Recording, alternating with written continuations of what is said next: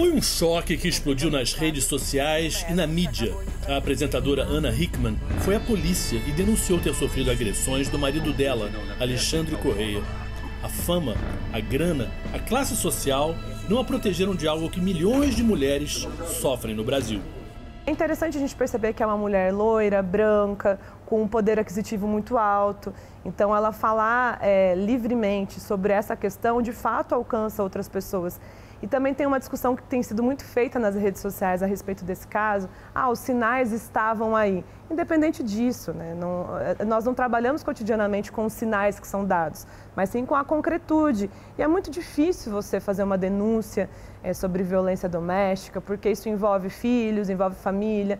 E no caso da Ana Hickman, envolve uma figura pública, né? Então, temos toda uma discussão sobre essa questão de uma figura ilibada, que não sofre violências. Proteger a sua imagem também, exatamente, para proteger, mas ela não se rendeu a isso, o que é louvável, né?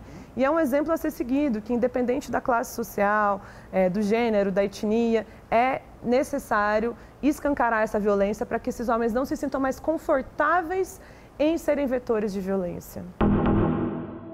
Começa assim e para tantas termina muito pior.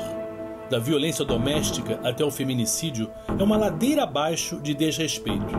Matar sua mulher, sua companheira, é algo que muitos homens brasileiros fazem.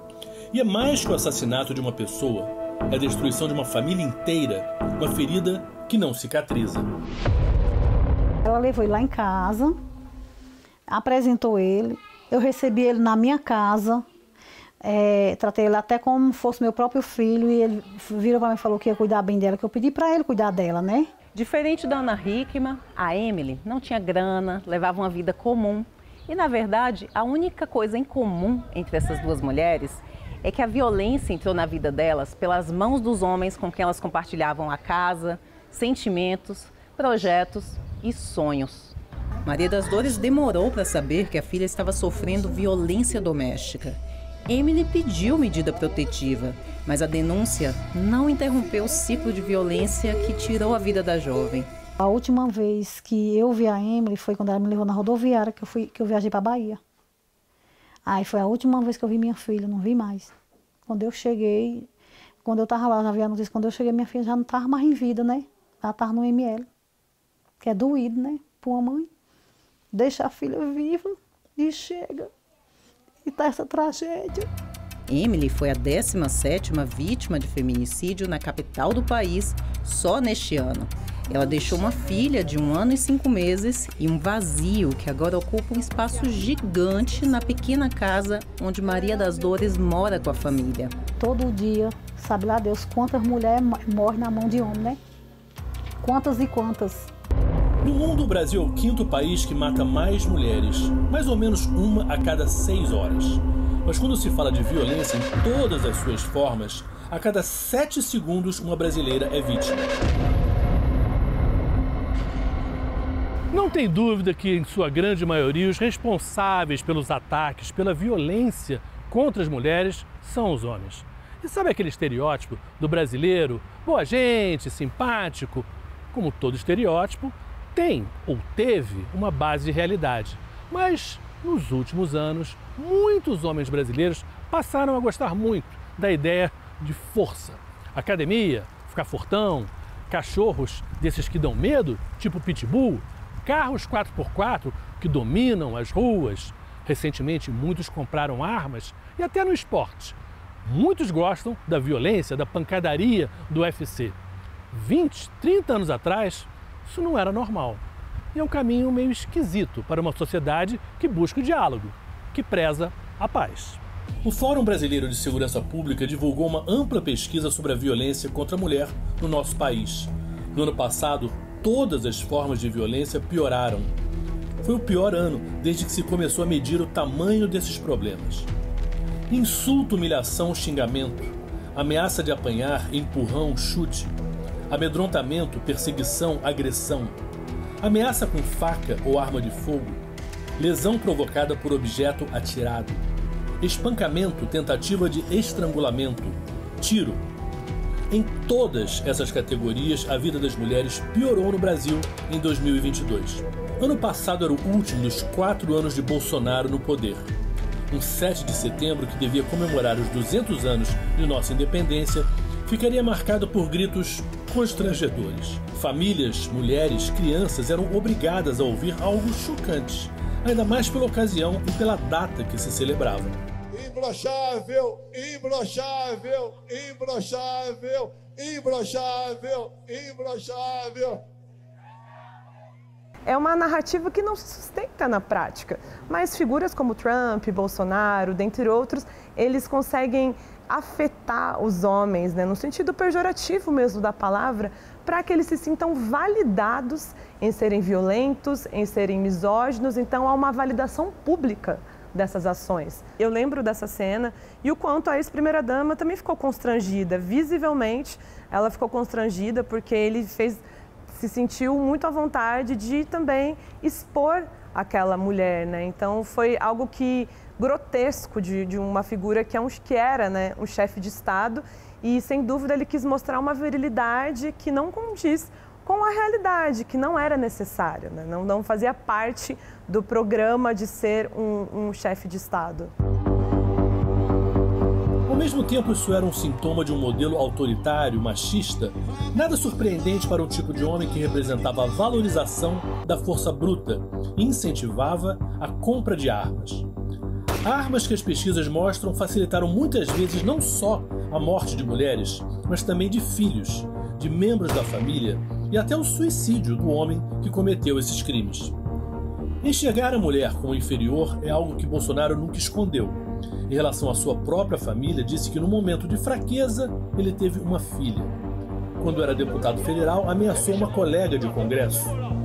"Não vou te estuprar porque você não merece", ele disse. Olha, jamais eu estuprar você porque você não merece. Olha, eu espero que não. Eu te dou outra. Te dou outra.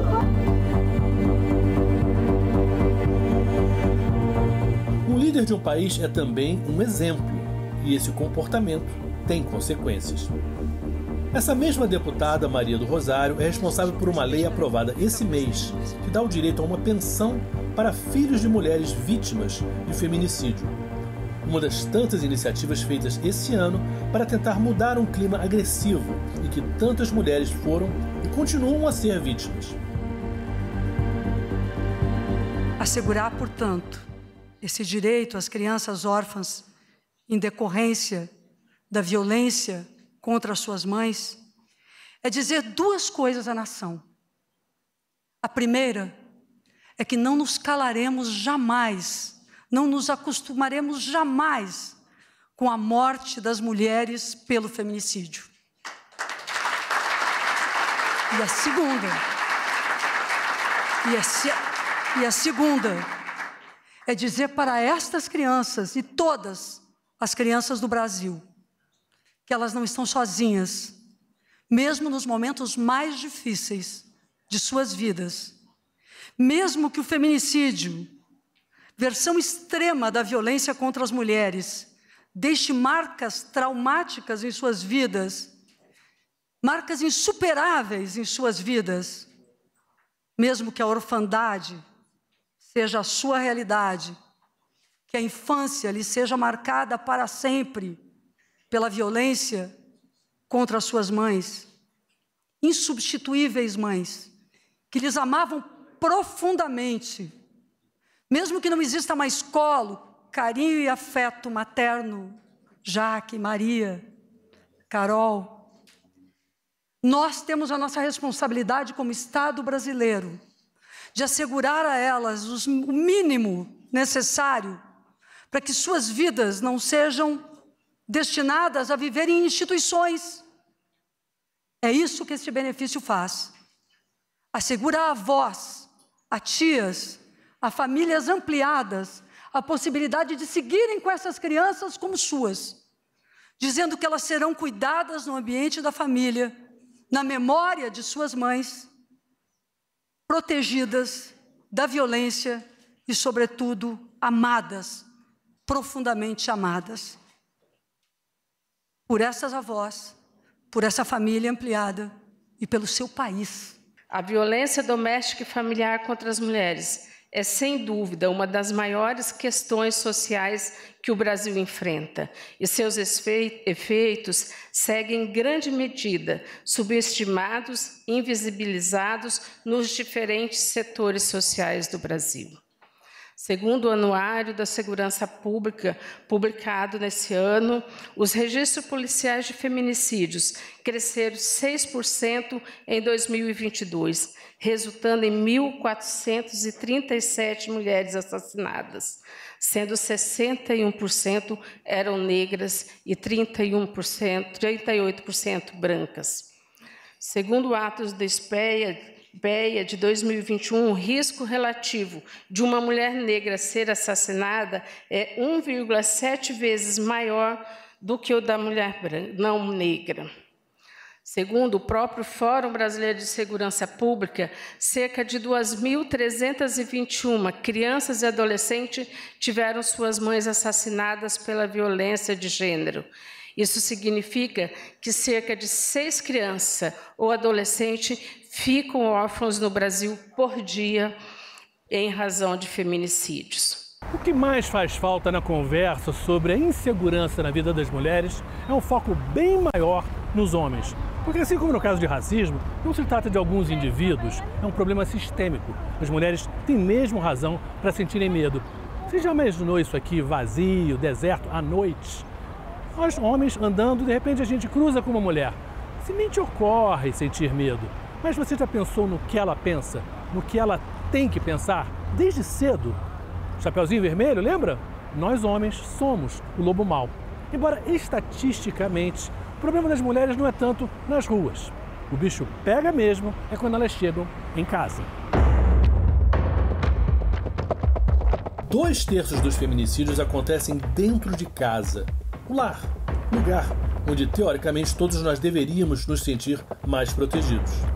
E como sociedade, será que ninguém ouve nada, sabe de nada, desconfia de nada? Somos cúmplices desse sofrimento? A violência doméstica, segundo a pesquisa, é algo que ocorre em média 4 vezes por ano para as mulheres que são vítimas. Quando a mulher é separada ou divorciada, chega a 9 vezes ao ano. Chega um ponto tão insuportável que, para as mulheres mais corajosas ou desesperadas, apanhar é o motivo da tentativa de separação. Mas tantas vezes é essa separação que aumenta muito o risco de morte do feminicídio. Por isso, a resposta mais comum de muitas mulheres é não fazer nada e segue a vida.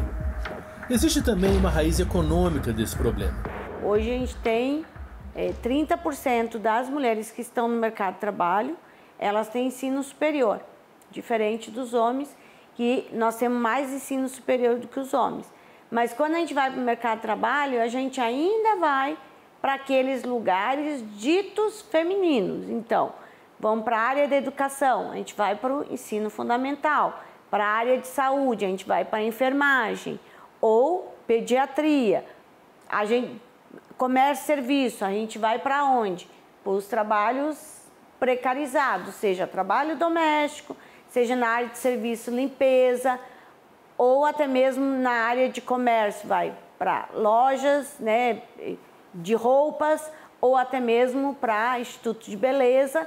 E quem fica no topo da pirâmide são os homens, e aonde está, no setor da indústria, ainda tem uma presença majoritária de homens. As grandes profissões de ponta no nosso país ainda é exercido pelos homens. Então, mesmo que a gente avançou, a sociedade mudou, as famílias mudaram, porque as mulheres somos a maioria que chefia as famílias, mas quando você vai olhar para a renda dessas mulheres, a nossa renda ainda é menor que a dos homens, mesmo a gente tendo mais escolaridade que os homens. O que mudou para nós homens nas últimas décadas? A insegurança por um mundo que não para de mudar? Sabe o pai, o marido provedor, o que pagava todas as contas? E faz tempo que isso não funciona mais para muitos homens. Se você é pobre e desempregado, provavelmente a sua mulher tem mais chance de trazer dinheiro para casa. Faz uma unha, uma faxina, cuida de um idoso. Essas portas estão abertas para elas. Um mercado de trabalho cada vez mais minguante e com cada vez mais mulheres, os homens ficaram exprimidos. E o que sente esse homem mais diminuído, frustrado dentro de casa? Usa a força bruta? O argumento de quem não tem argumento? De quem perdeu a discussão?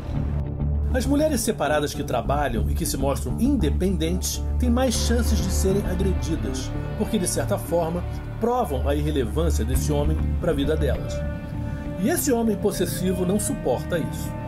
Para ele, tudo começa com a ideia de que apenas por ser homem, ele tem direito a esperar obediência, sexo, a ter autoridade e mais liberdades, e que pode tratar uma pessoa de uma maneira que não gostaria de ser tratado. Cabeça do casal, homem da casa, chefe da família, são termos que vêm dessa antiga maneira de pensar e de ensinar meninos a reproduzir esse comportamento. Essa raiva muitas vezes encontra no futebol uma válvula de escape, tanto que na Espanha já se provou que nas férias dos jogadores, quando o futebol para, a violência contra as mulheres aumenta. Da mesma forma, é nos fins de semana, nos feriados, que elas correm mais perigo, porque é quando os homens estão mais em casa. Essa violência é em parte normalizada por uma indiferença masculina. Tantos homens não gostam de falar dessas coisas porque sentem que fazem parte do problema. Daniel Alves, Robinho, a cultura do estupro é disseminada de várias formas, e os números baixíssimos de condenação só varrem para debaixo do tapete um problema que todo mundo sabe que é muito maior do que o número de denúncias. Os batalhões Maria da Penha, as delegacias para atender as mulheres são importantes, mas não são suficientes. Haveria necessidade de um envolvimento maior do Ministério de Educação, para que nas escolas, nas salas de aula, desde cedo, os meninos aprendessem valores de respeito e igualdade. A agressividade contra as mulheres nas redes sociais necessita um esforço de conscientização por parte dos homens. E a baixa representatividade delas na política também é um problema. Na Câmara, elas são apenas 17% dos deputados federais. No Senado, 18%. Apenas 2 governadoras de 27. No STF, Supremo Tribunal Federal, apenas 1 entre 10 juízes. São muitos os desafios, né, de reconstruir ministérios que foram deixados de lado, políticas públicas específicas para as mulheres, né, como a Secretaria de Políticas para as Mulheres, que foi extinguida no governo Bolsonaro, que pensava as dificuldades, as fragilidades de mulheres quilombolas, ribeirinhas, do campo, da cidade. Então, são muitos desafios, sem dúvida, mas eu acredito que é possível, sim, reconstruir aos poucos, pensando em políticas públicas para as populações, para as mulheres, né, que não têm acesso a essas políticas, que se sentem desamparadas. Acredito que a palavra, de fato, seja desamparo, mas a gente pode enfrentar, e sim, é um problema estrutural, mas a gente pode amenizar esses problemas, né, somando também, trazendo homens para essa pauta, trazendo a responsabilidade de parlamentares homens, né? Não precisamos pensar uma representatividade que englobe essas pautas e não necessariamente mulheres que trazem essas pautas, mas que os homens sejam aliados dessa luta, compreendendo que muitas vezes são eles os agentes de violência. A gente está fazendo uma reunião para discutir uma das coisas mais abomináveis que acontece na relação humana em pleno século XXI, que é a mulher se transformar em vítima prioritária dentro da sua própria casa, por marido, por namorado, por ex-marido, por ex-namorado e, às vezes, por outras pessoas.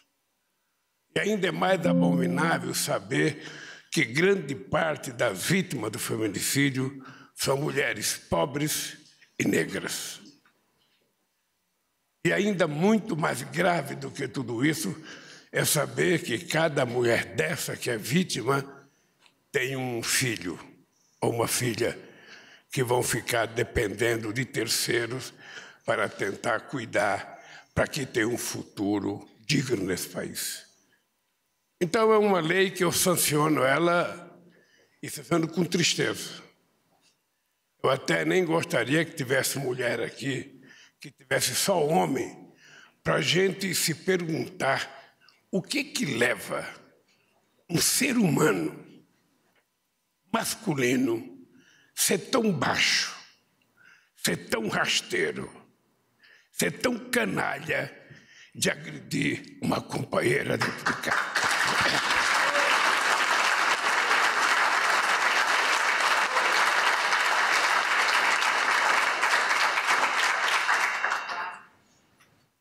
tem explicação.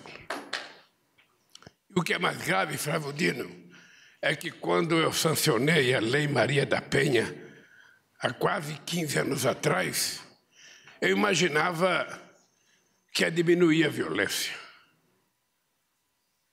Eu cansei de fazer a campanha, me parece que foi a campanha de 2006, dizendo aos 4 cantos desse país que tinha chegado a hora que marido que levantasse a mão para bater na sua companheira, que namorado que levantasse a mão para bater no seu companheiro, teria que ter uma prisão muito longa para que ele nunca se esquecesse do ato bárbaro que ele fez. E o que aconteceu é que tem piorado a situação, Flávio. O que aconteceu é que tem piorado a situação e eu fico me perguntando aonde é que está o equívoco que a humanidade cometeu quando, junto com tanta gente boa, a humanidade pariu uma besta fera capaz de, dentro de casa, ser violento não com a mulher, mas com a sua própria família. Será que foi falta de escola?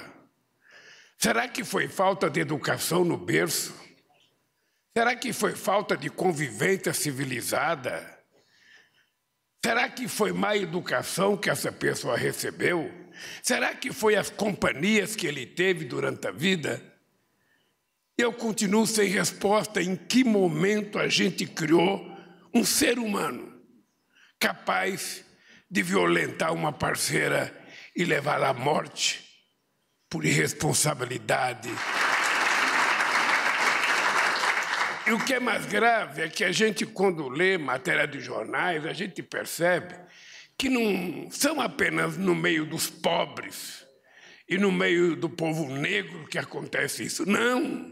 Acontece em setores médios da sociedade e setores da alta sociedade, com gente com bastante dinheiro, com gente com bastante formação intelectual, com gente que já deveria ter lido o suficiente para compreender, sabe, que não é possível a gente continuar sendo o 5º país do mundo em que tem mais feminicídio há muitos anos no mundo.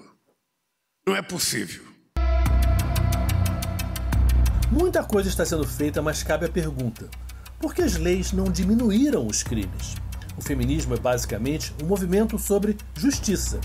A defesa das mulheres é também, na prática, a defesa dos valores da família. Se fala tanto em mãe natureza e nisso de gerar vida, o mundo é mesmo feminino. Já tirar a vida, o mundo é bem mais masculino. Assassinatos, guerras, violência doméstica, estupro, feminicídio. Entra ano, sai ano. Como sociedade, estamos fazendo alguma coisa? Até estamos, mas longe, muito longe do que seria necessário para, não digo resolver, mas pelo menos diminuir a gravidade desses problemas. E é até irônico, mas o mundo, para as mulheres, está longe, muito longe de ser cor-de-rosa.